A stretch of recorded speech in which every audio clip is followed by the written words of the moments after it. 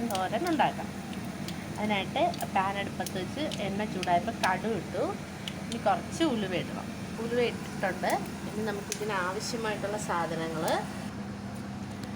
പച്ചമുളക്, ഇഞ്ചി, വെളുത്തുള്ളി, സവാള, പിന്നെ തക്കാളി കൊത്തിയരിഞ്ഞത്. ഇത് ചിക്കനിൽ ഉപ്പും കുരുമുളകും ഇട്ട് വേവിച്ച് പുരട്ടി വെച്ചേക്കുന്നത്.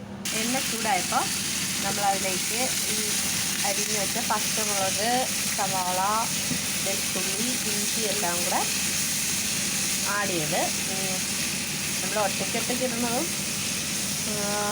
ഒത്തിടുന്നതും തമ്മിൽ വ്യത്യാസമില്ല, എല്ലാം വാടി വരുന്നത് തന്നെ.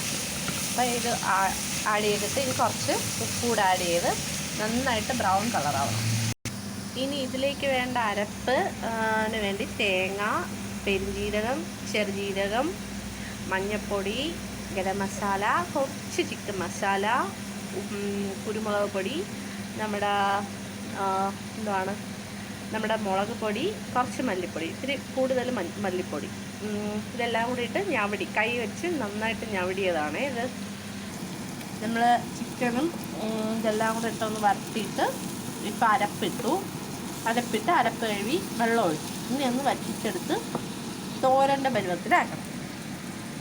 അപ്പം നല്ല മണമൊക്കെ വരുന്നുണ്ട്. നമ്മുടെ ചിക്കൻ തോരൻ ഏകദേശം റെഡി ആയിട്ടുണ്ട്.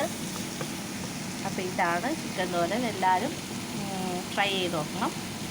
ചാനൽ സബ്സ്ക്രൈബ് ചെയ്യണം, ഷെയർ ചെയ്യണം, ലൈക്ക് ചെയ്യണം.